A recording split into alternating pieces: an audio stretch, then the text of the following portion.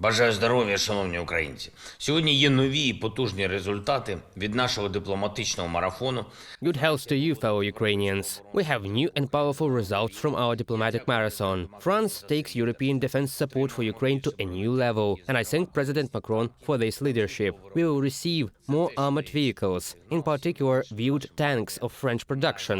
This is what sends a clear signal to all our other partners. There is no rational reason why Ukraine hasn't yet been supplied with Western-type tanks, and this is very important to restore security for all Ukrainians and peace for all Europeans.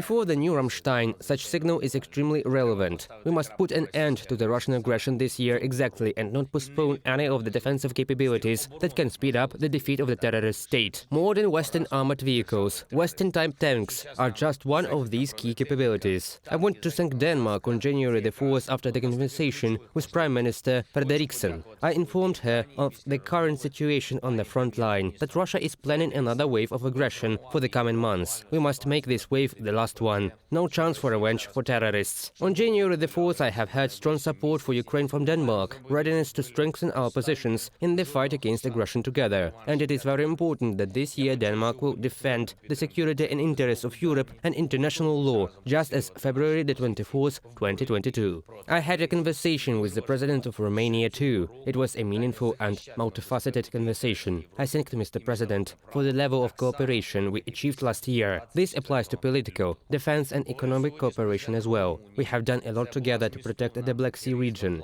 I'm confident that this year we will do even more. As I have already said, I will continue such diplomatic activity every day. This marathon of negotiations with leaders of partner states and friends of Ukraine around the world. We are already responding and we will respond very concretely and effectively to any new attempt of the aggressor to additionally mobilize and throw something more against Ukraine. Exactly with what is necessary on the battlefield and for the protection of the entire territory of our state. Each of our partners will have very specific information about our defense needs, and we all have the same goal: to put an end to Russian aggression as soon as possible, to restore reliable and lasting peace. We are discussing our initiative, our peace formula, with all leaders. These are 10 clear points: all security elements, our territorial integrity, complete withdrawal of Russian troops from the territory of Ukraine, and full guarantee of justice, that is, punishment of all those guilty of this aggression and crimes against Ukraine and Ukrainians, as well as compensation for all damages caused to Ukraine at the expense of the assets of the terrorist state. On January the 4th, I would like to praise our warriors in the Bakhmut direction, in particular the special unit of the main intelligence directorate of Ukraine, Shaman, as well as all the border guards of the Luhansk detachment, who together with the fighters of the International Legion of Defense of Ukraine inflict numerous losses to the enemy and drive the occupants out of their positions on the outskirts of Bakhmut. That is a good result, and I'm grateful for it.